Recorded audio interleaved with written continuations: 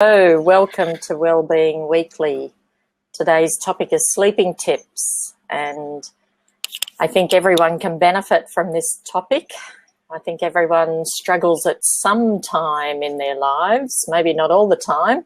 Some people struggle chronically with sleeping issues. I know my daughter's one of them. For years, she hasn't been able to sleep well, and she seems to have tried everything. So I know that there are times when I can't sleep as well. That's usually when there's stress and anxiety going on. And so I do think that it's probably the case that most people have moments in their lives that they do struggle with sleep. So sleeping tips, I'm hoping that we can pool some ideas to help those who struggle with sleeping. So with all the good ideas that might come through. Go on, Vin. I was just going to say, I'll be taking notes because I need all the tips I can get. I think I have a whole slate of tips because it's a problem, that I've suffered with from time to time a lot. So we get to get other people's experiences as well. So Cheyenne, would you like to join us at all? I see that you're here. Feel free. This is open conversation. So sleeping tips. I suppose a way to kick off today is to understand what's the benefit. Okay, sure. What's the benefit? Why is sleep so necessary, and why is it problematic when we don't sleep? Because it makes no sense to try to improve our sleeping if there's no good reason to do so, because we can fit so much more into the times we're awake, and we're always running short of time. So why would we want to improve our sleep? What's the benefit? And so I suppose that's a key question to be asked. So I'm sure you've got ideas on that, Vin. Yeah. When you say improve your sleep, there's two ways you can look at that. You can say, do you want to increase the number of hours that you sleep for, or do you want to increase the quality of the sleep that you're having while you are asleep? Obviously, the answer is probably the latter, or both, perhaps even. Yeah. But that is one of the things. That's one of the things that wakes me up. I don't have any trouble getting to sleep. In fact, I fall asleep on the couch before I even get to bed. But by about 3 o'clock or at some point in the morning, I'll wake up. It might even be to go to the toilet. It might be a bird outside just made a noise and woke me up, and my brain will start thinking, and I'll think about I think I'm wasting time just sitting here. I've got all this stuff I need to do, and I've got to do this and this, and I start making lists. And then my brain's whirring away, 100 miles an hour. And I think, well, there's no point laying here anymore. It's not productive, and I'm just wasting time. So I get up and I start working. It might be 4 o'clock in the morning, but it's this I've started. So once my brain starts, it's very hard to stop it. Yeah. And that's what I hear from most people when I work with them and we talk about sleep. Most people with sleeping problems, if we call them problems, they struggle to get adequate sleep or feel rested after they sleep. They talk about a very active mind. So it's like the mind takes charge and won't allow the person to sleep. So I've got Cheyenne joining us, which is lovely. The kids must be in bed. Even better when you're a mum at the end of a day. Hi. Hey, welcome. Hi. How are you? Good. Hey. We haven't actually done introductions yet, so maybe start with you, Cheyenne. Let's see. I have 2 little girls, ages 5 and 2, and I primarily stay at home with them. I teach a couple of dance classes and do a little bit of blogging myself off and on. Wow. That sounds like a pretty full schedule with 2 little ones, and to be able to fit other things in because they're not quite at school yet. Well, one of them is the 5-year-old. Okay. 5, yeah. Okay. Yeah. And whereabouts are you from, Cheyenne? I'm from Texas. Oh, what part of Texas? Fort Worth. Fort Worth. Okay. Yeah. I haven't been to Fort Worth. We went to Houston where we were chaperoned to the sheriff's office. Because we were going over the speed limit, apparently. But us Aussies, we couldn't read American signs. At least you were driving on the right side of the road. Yeah, that's right. Yeah, and it's always a good story for us to remember and have a laugh over. And the sheriff was quite nice as well, but he was just doing his job. Yeah, so if we follow on with the introductions, which we haven't done, as I said, I'm Margaret Lambert, psychologist and author and speaker, and I live in Darwin, Australia. And it's just gone midday here. It's 12 noon here in Australia. Well, here in Darwin, we have so many time zones going on at the moment. And it's the 11th of the 11th. And at 11 a.m. on this day, the 11th hour of the 11th day of the 11th month, we always celebrate, it's called Remembrance Day. So we observe 1 minute silence. That's widespread throughout the country. 1 minute silence to remember those fallen soldiers, servicemen and women in the Great War, and the current, those who have served ever since and are currently serving, as well as their families.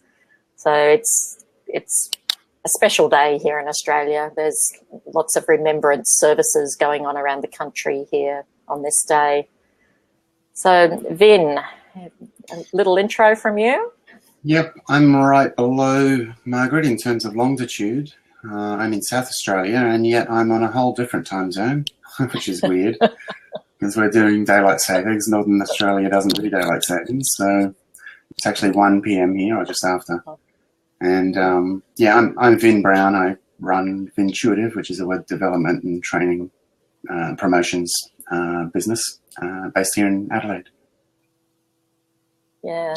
Well, thank you. And it's so good to have you join us, Cheyenne. If anyone else who's joined, I think Jonathan, Julianne, maybe anyone, please feel free to join us in conversation.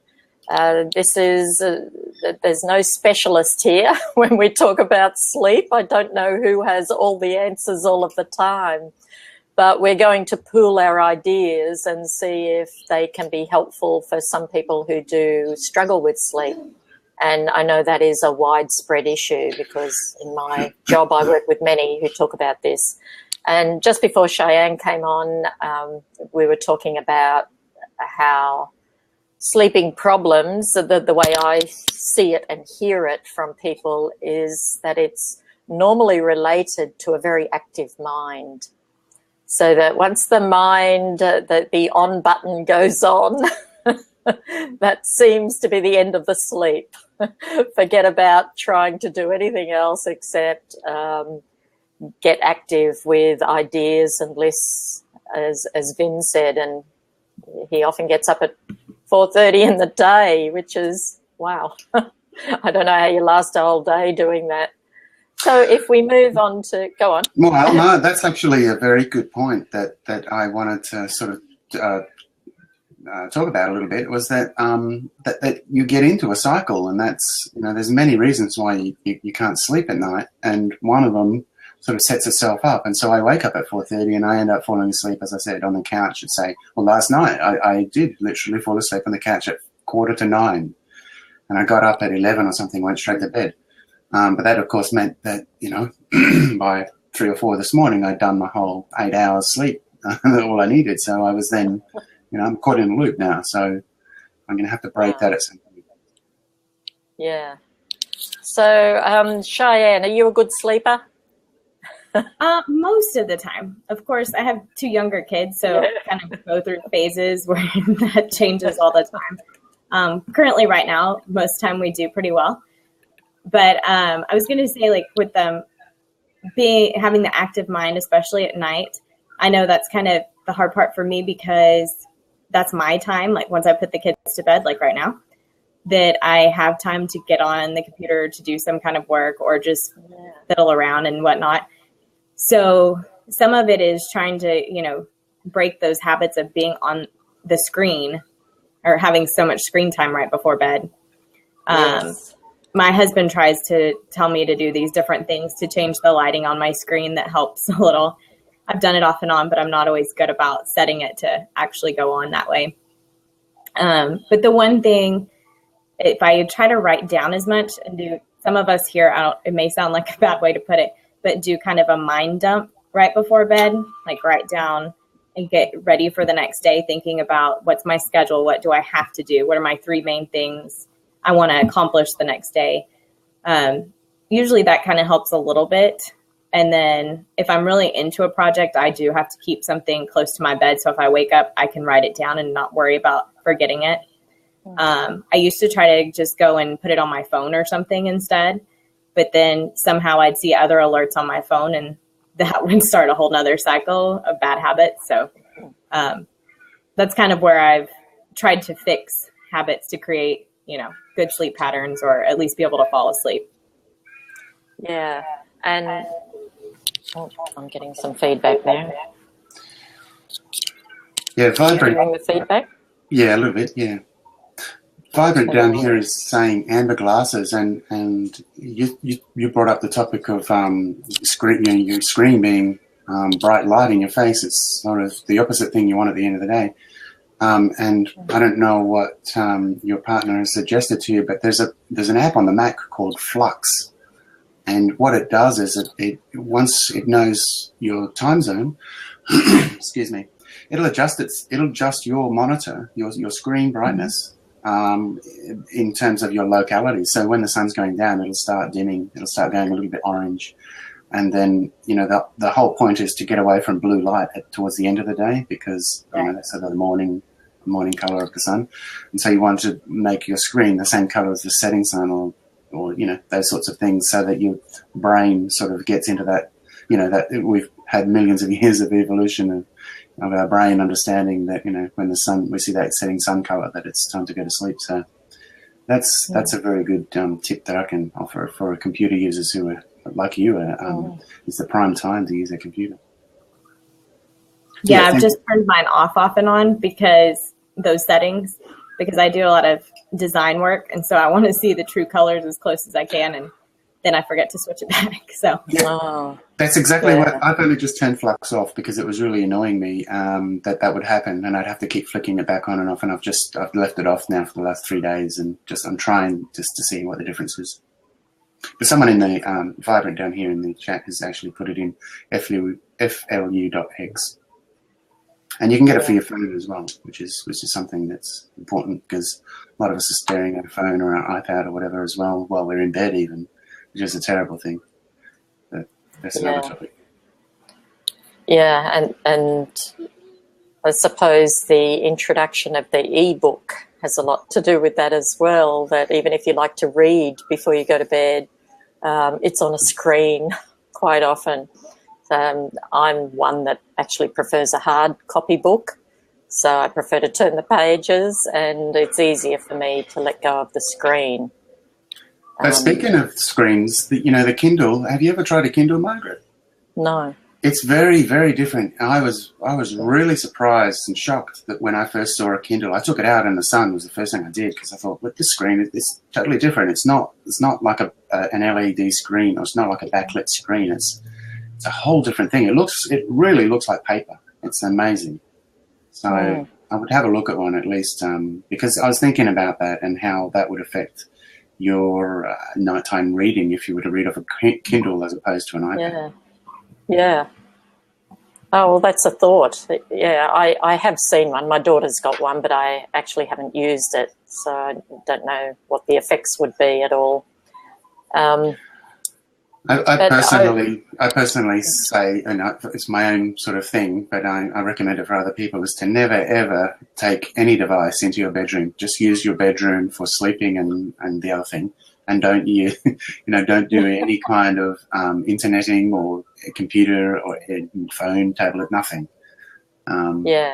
It's because it's an easy. And many people have televisions in their bedroom, and particularly people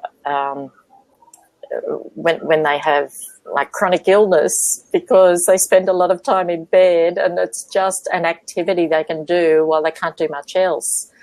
And so I found when I was in that, not that I put a TV in my bedroom.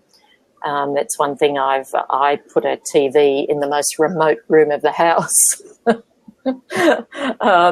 I make sure that we have a main area that's our gathering area, and then another area which we spend, which less of a focus is where the TV is, because I don't like the TV to take over our lives, which, with kids these days, they don't watch much TV at all. It's all on their other screens. But I was reading up about the brain waves earlier, and, because of this active mind that everyone talks about that gets in the way of decent sleep. So our normal brainwave that we use is the beta brainwaves, and this is the logic, reasoning, action brainwaves, and then it's actually not our normal state, but it has become our normal state because of the way that we live life now. And so we come out of our deep sleep, delta brainwaves, and instead of having the ease into operation mode, which would be alpha brainwaves, like meditation or just a relaxation, just going with the flow, not thinking too much about anything, we jump straight into beta. And so with that strong sense of beta and strong focus of beta brainwaves being so prominent in our lives, it's harder for us to jump into the other one, unless we consciously go into a meditation technique where we are inviting the alpha brainwaves. And so what I was learning about was, in order for our brain to function better in beta mode, it actually needs the support, if you like, or the input of the alpha brainwaves. And people function better. The tests of research has shown that there's better performance through EEGs, memory, recall, however they're measuring it. Results are showing that people who do meditate have superior function in their beta functioning, their operation. So I found that quite interesting, and I thought, well, yeah, our lives, that's kind of what I do. I jump out of bed and think, right, what's on today? And I think many people do that because life is busy, and we've already got the checklist on the side of the bedside table, like you referred to, Cheyenne and Vin. And so we're already into it. Pick up the list, right, what have I got to do? What can I do now before everyone wakes up in the household? Yeah. Yeah, and I think we cram every minute of our waking lives with as much as we can these days, especially with mobile devices. There's always a notification to check or something to check. So whenever you do get a minute standing in a line or something, we all pull out our devices and look to see, what's the latest on Twitter or something that's not really all that important. But it means that we never have, those standing in line or doing the dishes, or those moments were times when our brains could mull over, daydream, think deeply, in a different processing mode, think. And I've found that I'm no different from anyone else, I'm sure, that when I, all through my day when I'm cramming everything, even, when I used to listen to podcasts while I was doing the dishes, or even be on a blab while I was doing the dishes, just to fill every moment I could. And that's my problem, is that when I noticed when I got to bed, it was finally my brain would say, right, you haven't got any mobile phones or anything around it, I can finally start processing now, and it will, and that's not really the right time to start processing, and should be doing that during the day when we have these little moments. So now I intentionally make space for these moments. So when I do the dishes, although I've got these things to listen to and I don't want to watch the news or even other things, I'll purposely keep that away, because my kitchen sink overlooks my herb garden, and it's a beautiful scene. And it's just a joy to do the dishes. So so I very consciously make space for those moments. Yeah. So in thinking about the tips, and if we think about the brain waves, then to me it makes sense as to why meditation is so important to incorporate in our lives, not just for our functioning, but for our sleeping as well.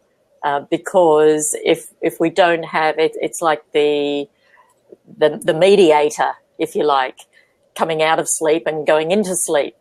It's the midpoint.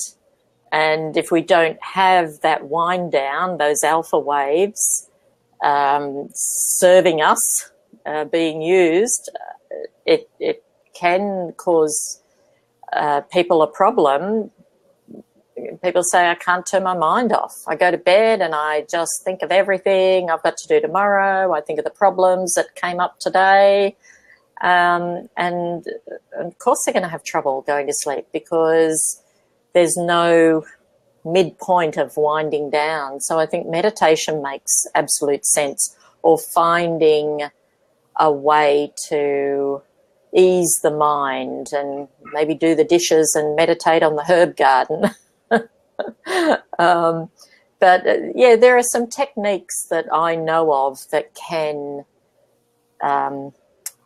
settle the mind, and my primary one that I use is EFT, Emotional Freedom Techniques. That's one of my favourites, and it's one that I recommend to everyone for many reasons. But EFT has a way of relaxing the whole body, and when we can relax the body, the mind relaxes as well, and we can, be much more settled.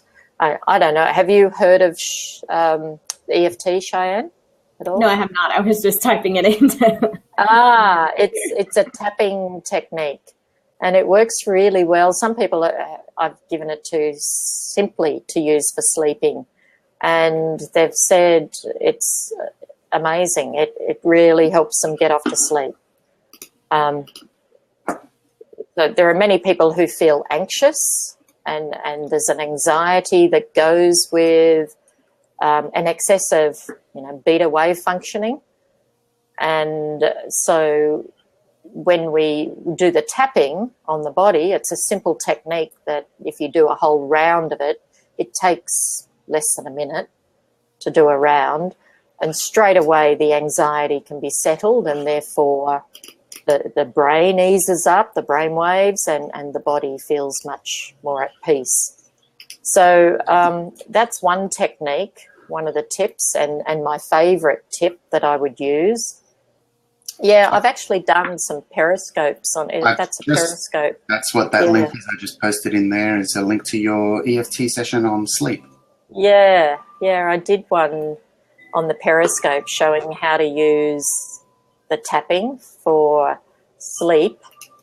I wonder how that would work on kids that are beautifully to go to sleep. Like if they're just in that state where they just don't want to shut down. Yeah, it works really well. I've worked with a couple of kids last week, not specifically for sleep, but for one was for night traumas. Mm-hmm. And I haven't heard back from Mum, so I'm presuming that no news is good news, because I've worked with people before with children, and they have said it's the best night's sleep they've had after using it. Children are very responsive to it. It seems that they've got less clogging of their system, I think, than adults. I don't know why, but they're very, and it's a fun thing that it's active for them to do. And if they don't want to tap themselves, but many do because it's fun, they're the participant. Mum or dad can just tap for them on the right spots, and they kind of get a bit of fun out of that too, because it's like mum and dad are tapping them. It's like, a tickle thing or something. So it can be a fun thing. And I find that the reports back that I have had is that it's been very, very helpful for children. And go on. I was just wondering, when do you actually do it? Is it during the day, or is it at times when you can't sleep? Both. I would recommend using it at the end of the day, like when you're going to read a book to a child at night, perhaps, if you're going to do that, or check in when they're ready for bed and getting tucked into bed. That would be a good time to do it as like the last thing. So we're going to, do a little bit of tapping just so that we're properly settled, and all of the words that I've used, that might be a good EFT session to do. I'm just thinking aloud.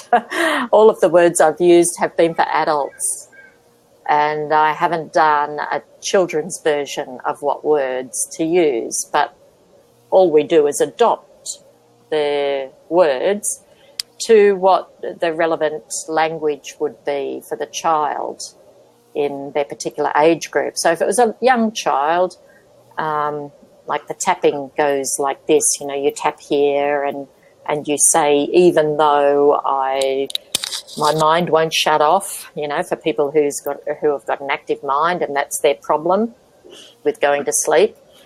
But for a child, if they're hyper, even though I'm still a bunch of beans, whatever you call it, I'm still jumping beans. I'm a good kid. I'm a good boy, or I'm a good girl, and mummy loves me and daddy loves me, something like that. So you would use the appropriate language for them and go through the tapping, and they kind of like it because it's geared to them as well. And what I was going to say before was that I did have a teacher come in. I've had several teachers do my workshops and my trainings on this. But one teacher in particular, I remember, she was teaching trannies. That's, do you have transition, kindergarten, something like that in Texas?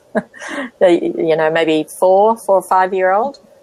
And after doing level 1 of the training, there's a week in between. So she went back to her class, and one day they were all really ratty, she said, after lunch. And she did a tapping with them, Simon Says, like a little game, and the whole class is doing this. And she said they all just settled down. She said it was amazing. When she came back for the level 2, everyone kind of reported how they'd tried to use the technique. And I thought that was, that was really a lovely way that she chose to use it. And she said, I couldn't believe they all just settled down. And we just got on with the afternoon's work. That'd be a great way to do it. Simon Says it's perfect, isn't it? Yeah. So I suppose that's my number one technique, and we've talked about the screens as being a really important thing to avoid in going to sleep. But if you're like Cheyenne and it's the only time you get to be on a screen, I don't know. My guess is, and I do know what it's like being a mum with many children, and at the end of it all, you just want to flop into bed. But if sleep were to become a problem, I would suggest after the screen time, there is some like tapping, EFT, something to settle the brain waves into that maybe alpha state. so that you're more relaxed to go into the next stage of a deep sleep. Yeah. On that point, if you were to be laying in bed and decide that, now would be a good time to do some tapping, either because you can feel that, you need it, or, you want to be sort of in advance, thinking in advance. Can you do it? You might have your partner lying next to you, or it's nighttime, you don't really want to be making much noise. Can you, is it enough to tap and think very consciously of the words rather than actually saying them out loud? Yeah, definitely. You do have to think the words, right? Yes. Yeah. I often do that myself if I'm wakeful during the night and then I struggle to get back to sleep. I'll do the tapping. I try not to sit up because I try not to get more in the active mode.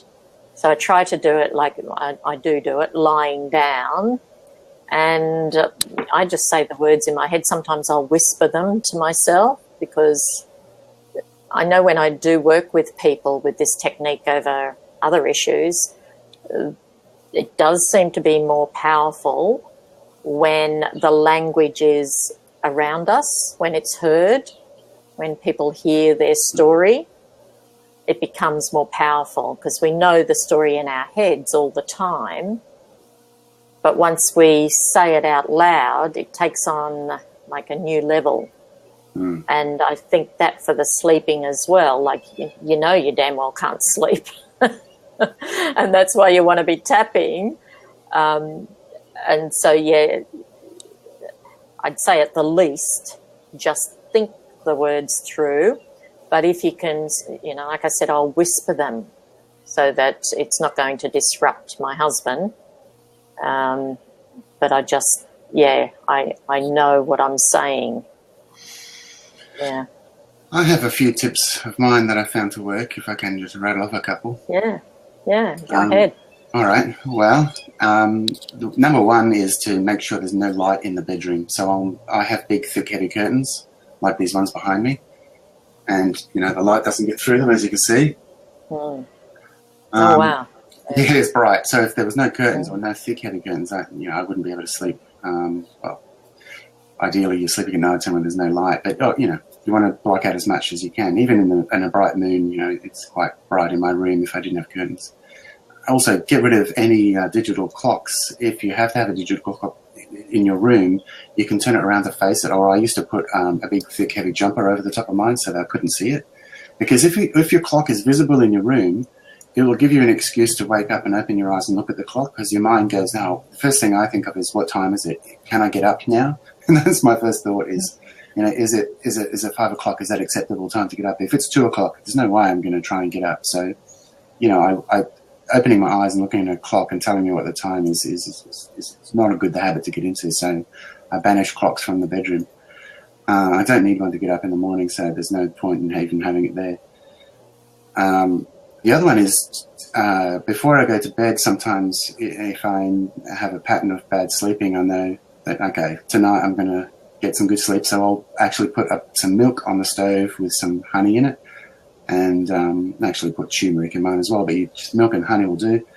And that does wonders for you, because it's not just, a nice thing. There's like a chemical, there's a very scientific explanation of what's happening there with serotonin levels, and I'm not fully up on all that, but it works.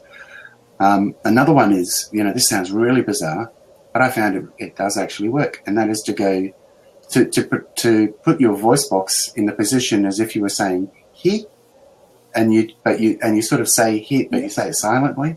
And I think just having your voice sort of raised up, something about having the voice box in that position.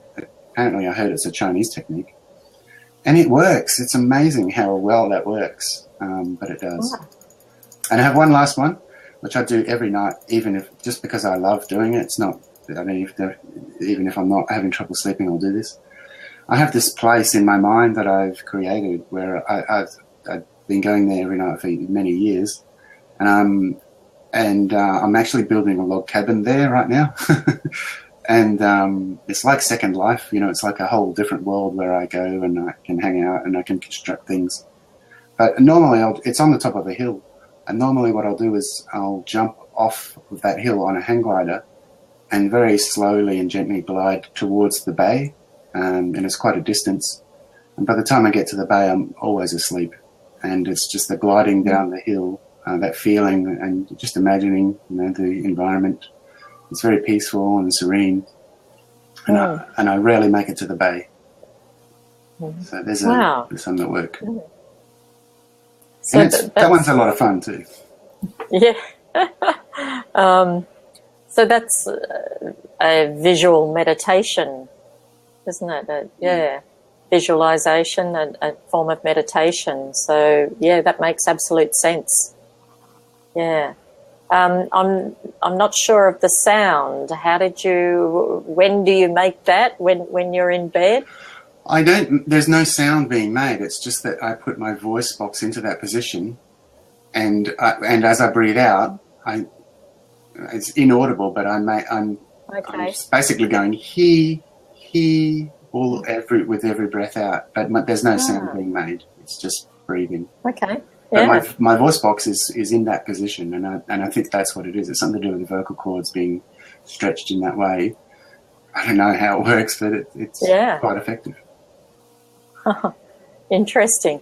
So, Cheyenne, what do you do for kids? What's the routine for getting kids to sleep? I wouldn't say anything really out of the ordinary, just trying to have a set thing that they're used to. We do normal things like bathroom stuff, and then it's like the 2-year-old, I rock her to sleep, but not completely to sleep. Like I'll rock her for about 5 minutes or so. She has a little book that plays music. So we turn that on, and it has like a 5-minute or a 10-minute setting. And we read a few books, listen to that, and then I put her in her crib. But lately she's gotten in kind of a bad habit and tells me to lay down on the floor. So I've been laying there. However, after listening to y'all thinking about we need time to slow down, well, I do get that time right then. It's just not right when I'm ready to always. Yeah. But it is a time when I can sit there and kind of process my day. And nothing's in front of me. There's no screens or books because it's dark. So I guess I should appreciate those times where I'm just rocking my kids or just sitting there with them and realizing I am decompressing some. And then my 5-year-old, we usually read a book with her and put her down. I don't know if it messes up the kids because my husband and I usually alternate kids each night. So I don't know if the bouncing back and forth is good always or bad, but we hate to just have one person doing it because if for some reason then mommy's not there, then they may not ever go to sleep because when they're really young, that kind of happened at times where it was quite the struggle. So for the most part, they're used to us switching off. Sometimes I'll take the little one more often than our older one because she understands if her little sister wants mommy more or whatever one night or something that's not her night. But I'm kind of actually the tapping is interesting because we probably struggle more with naps in the middle of the day for the 2-year-old. So I'm almost curious to look into that for that time because that's when she really just fights it because I don't think she's ready to shut down. However, she needs that break too to kind of decompress in the middle of the day and just quiet time. Yeah. Well, give it a go. The bottom line is it does no harm, which is wonderful. And even better than that, it's got a high record and reported record of positive effects. So give it a go, and definitely with kids. There's so much information on the internet about it now. I actually learnt the technique on the internet myself over 10 years ago, but I did travel. I went to Chicago to study, did a training session with Gary Craig, the founder of the technique. And that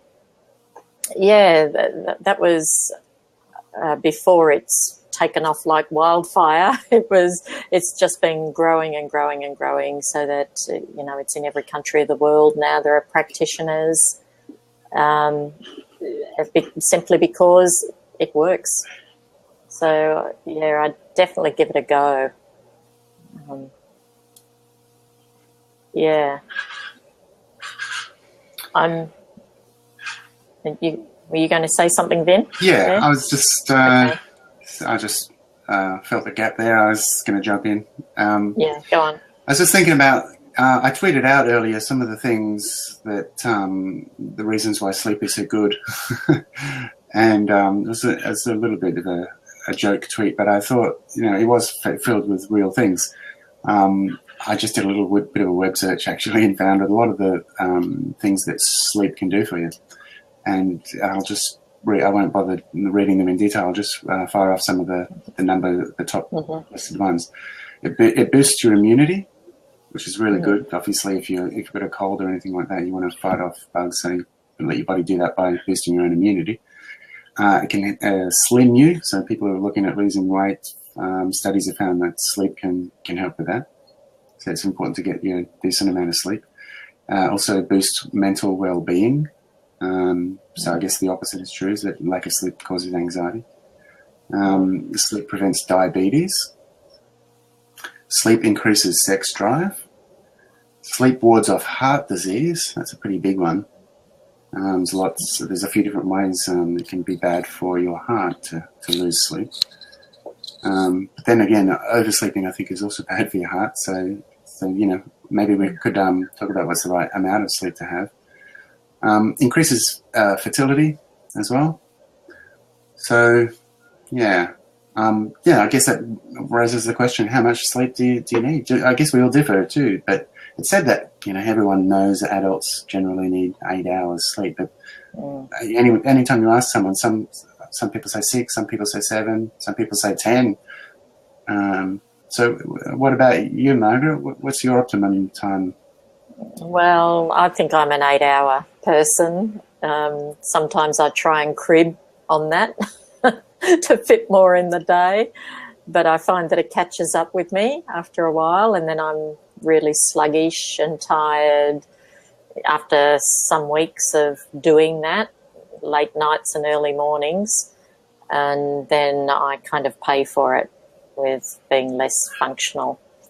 So, yeah, I think 8 hours works for me, but I do think, again, like we had the nutrition conversation last week, and we talked about bio-individuality, and I think that would be the case for sleeping as well. That makes sense to me, that we're all a little bit different, and our optimum number of hours will vary perhaps from person to person. But, yeah, and children, of course. Obviously, sleeping promotes growth, and they've got a lot of growth going on. Sleeping promotes healing, and so whenever there's an illness going on in the body, you know, often the best thing we can do is to, you know, force ourselves or force our little ones to sleep, and that's what they do. You know, if they've got a cold or an illness, you actually, you know, the children are sent to bed. You have to stay in bed. That's what the doctor said. You know, there's a reason for that, because, you know, when the body's at rest, that's when it does its best healing work. And like in critical cases, medical professionals will induce a person into a coma to absolutely force the body into rest so that the healing work can take place. And yeah, so it is important for all those reasons you said, Vin, and, you know, for the added reasons of growth. And I believe with my research on the brainwaves, and I'm not a neurologist or anything like that. I was simply reading up on it because I'm giving a talk at the Women in Leadership Summit in a couple of weeks, and I will be talking about the brain and and resilience and meditation and sleep, building resilience. And so sleep is all part of that. And what I found out that sleep actually improves brain functioning, and it improves emotional state. And even that the research has showed that the cerebellum is increased. So the folds in the brain, there are more folds, and so that means greater brain activity, and that can develop, is, you know, according to what I was reading, that can develop most when we put our brains into alpha brain waves, and then the deeper sleep, the delta brain waves. So yeah, sleep is important, and so it is important to work out what is your optimum number of hours for sleep. What about you, Cheyenne? You would, being a parent, you would have your sleep broken probably quite regularly. Do you, you know, and if I were you, being the type of person I am, I tend to like almost keep a logbook in my mind of like, okay, right now I missed out for 2 hours last night. You know, that must be a common thing for you. Do you do that too? Do you tally up and try and make up for lost sleep? I probably did when they were newborns or infants more. Luckily, there's not too many nights like that now. When they've been sick or something, then we kind of fall back into that again. And yes, I probably keep track more, which makes it worse. I think that I can hound on it and know that I only got 4 hours or whatever, if even you could call it that sometimes. You know, I think the nights where it's questionable how much I actually slept is more frustrating to me. Yeah, they say we actually tend to exaggerate too, because your mind, you know, sort of slows down, and it is more difficult to perceive time when you're sort of semi-sleepy states, and you know, you think, oh, I've been laying here for an hour and a half, and it's only been, you know, maybe 20 minutes or something. Like, but I mean, for the most part, I actually shoot for 8 hours of sleep.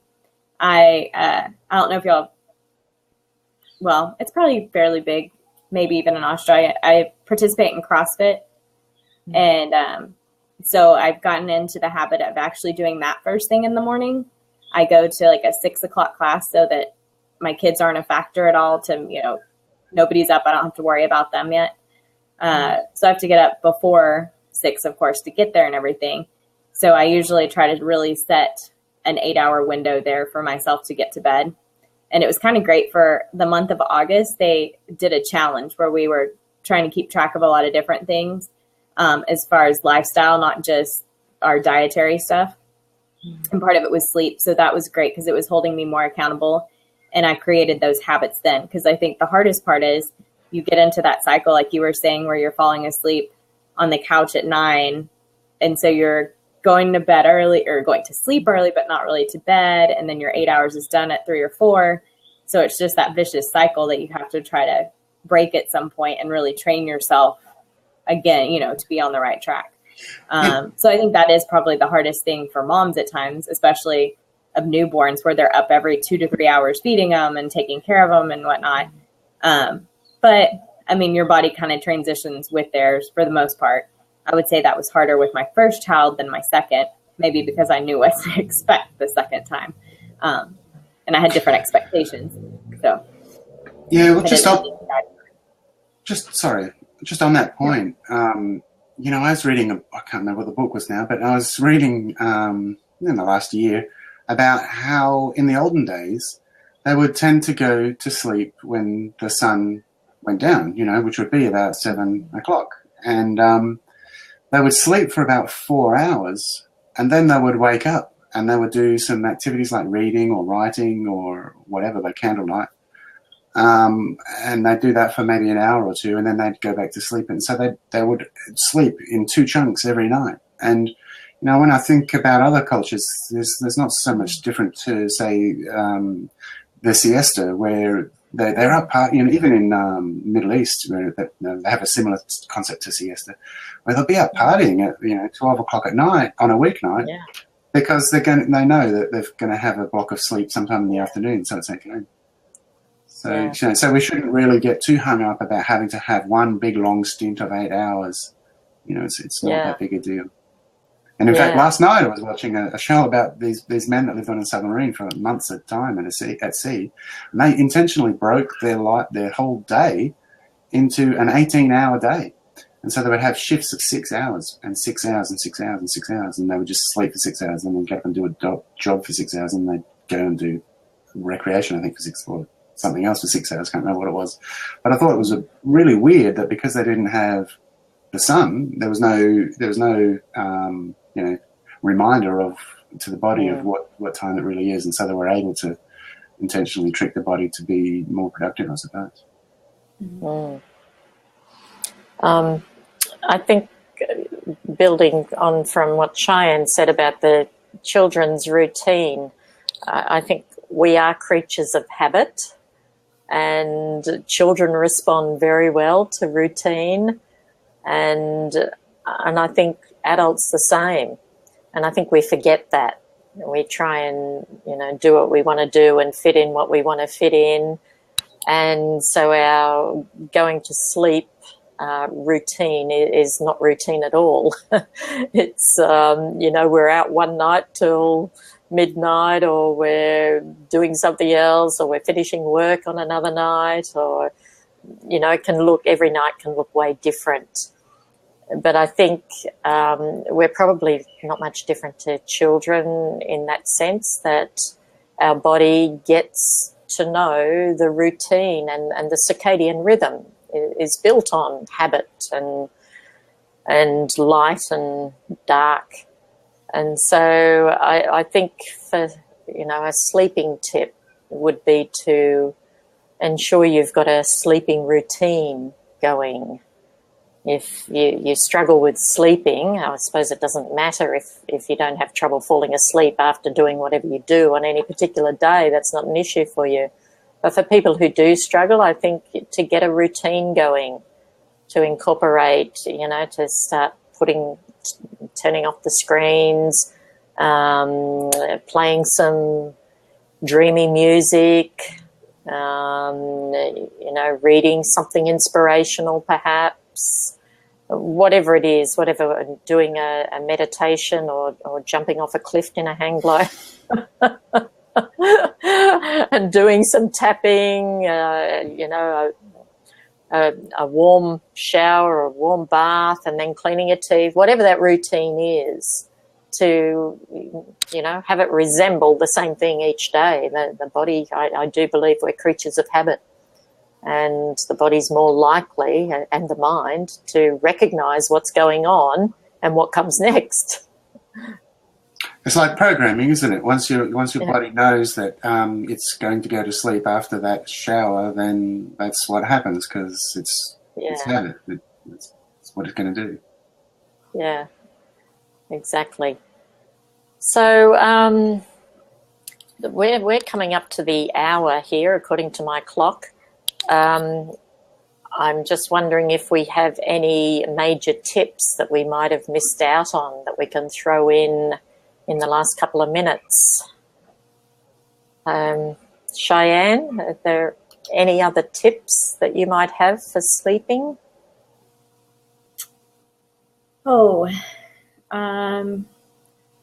do the room darkening shades too. I laughed earlier, if you didn't notice. Then whenever you were talking about the alarm clocks, the digital ones, because I still have one, and that's one pet peeve of my husband's. He can't wait for it to just break and die so that then we don't have one. And I actually, for the longest time, neither of us used an alarm clock until now that I'm going so early to work out. I want to make sure I get up on time. There for a couple of years, our kids were our alarm clocks, which was kind of nice, or just when we were done sleeping, we'd wake up. And luckily our kids kind of like to sleep in for the most part. But let's see. Otherwise, I agree with not having the electronics, like the TV in the room. We've always done that. Every once in a while I've used kind of like a little special sleep. They call it a sleep strip.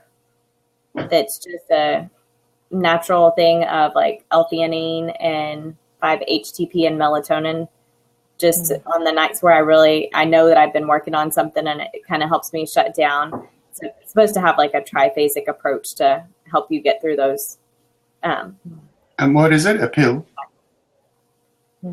It contains L-theanine, 5-HTP, and melatonin. You say it's a strip, though. What do you mean by that? It's kind of like the little Listerine strips. I don't know if you've ever had those, like for to freshen your breath or something. They just dissolve in your mouth. Oh, okay. Like you just put it in your cheek. So it's still something natural. It's not something that leaves you groggy the next morning, like any of those sleep aids, such as even like Tylenol PM or a prescription drug or anything. So you don't have that groggy effect or the possible side effects during the night of, getting up and walking around when you're not quite with it.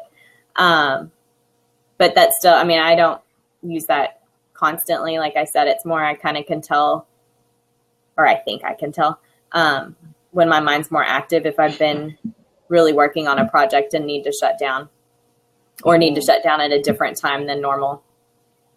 Yeah. Yeah. I think like we have that product as tablets, vitamins. I've not heard of it, a strip, but it's I kind know of like I know the ingredients you're talking about. Yeah.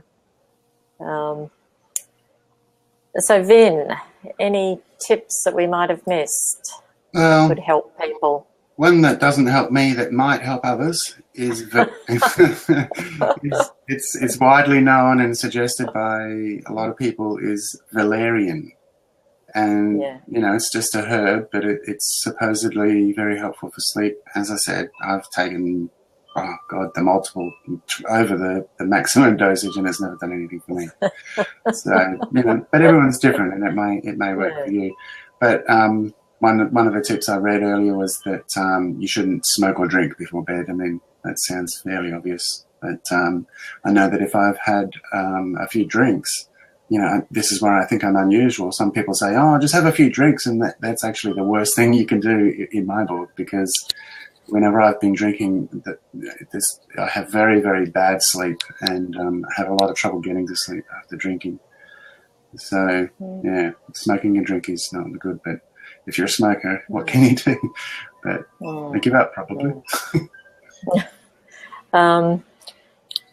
And the other product that comes to my mind is lavender, just the natural lavender. I forget to use it sometimes, but I know when I just sprinkle lavender drops on my pillow, and it's only 1 or 2 because it can be overpowering. I noticed that I have dropped off to sleep, and I used to use it when the children were little, just very minute drops of lavender for them. So, that seems to help as well. There are some natural products like that can be helpful. So I was just looking through my book, because I've got a section on rest and sleep in my book, Longing to Live.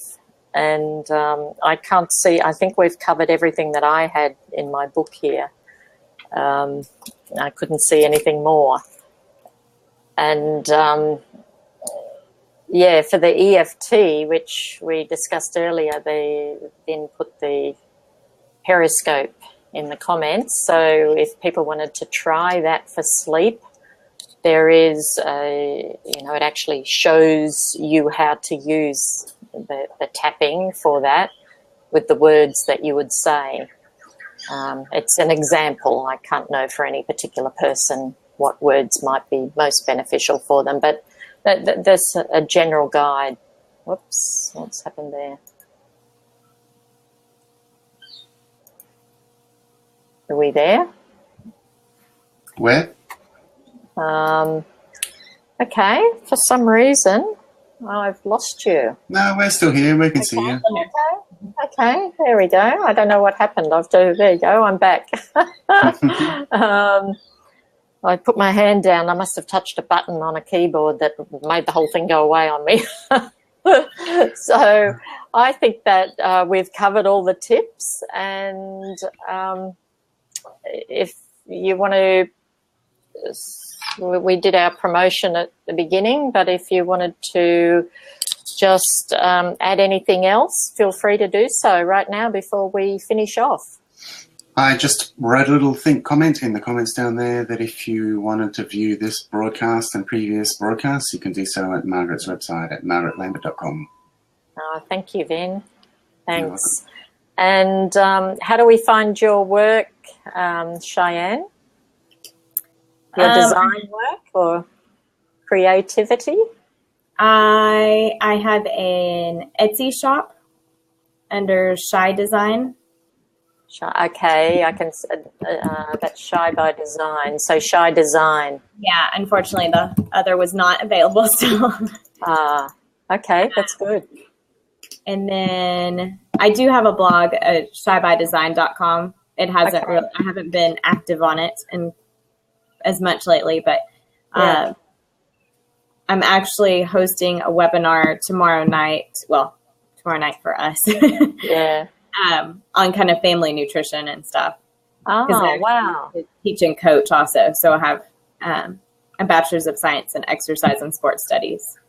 Oh, we needed you last week on the blab. Or kind of mentioning that. I was like, I need to go back to that. Yeah.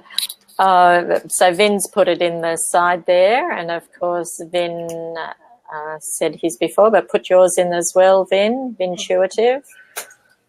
There you go. Terrific. So that's it from us, from Texas, Adelaide and Darwin. So thanks for joining us. And I'm not sure of the time next week. I'm finding that this may be what time is it in Texas, Cheyenne? It's 9:30 right now. Yeah, okay. We seem to, this time of day, it suits Australians maybe, but I'm not so sure that it suits other people. It might be a little bit late in the day for other countries. So I'm thinking of maybe changing the time, but we'll certainly have a Wellbeing Weekly topic going on next Wednesday as well. So, yeah, hope you can join in. That'll be announced on your Twitter account, Margaret, I'm sure. Yes, definitely. So do follow Okay, thanks for joining. Thanks. Bye. Bye. Bye.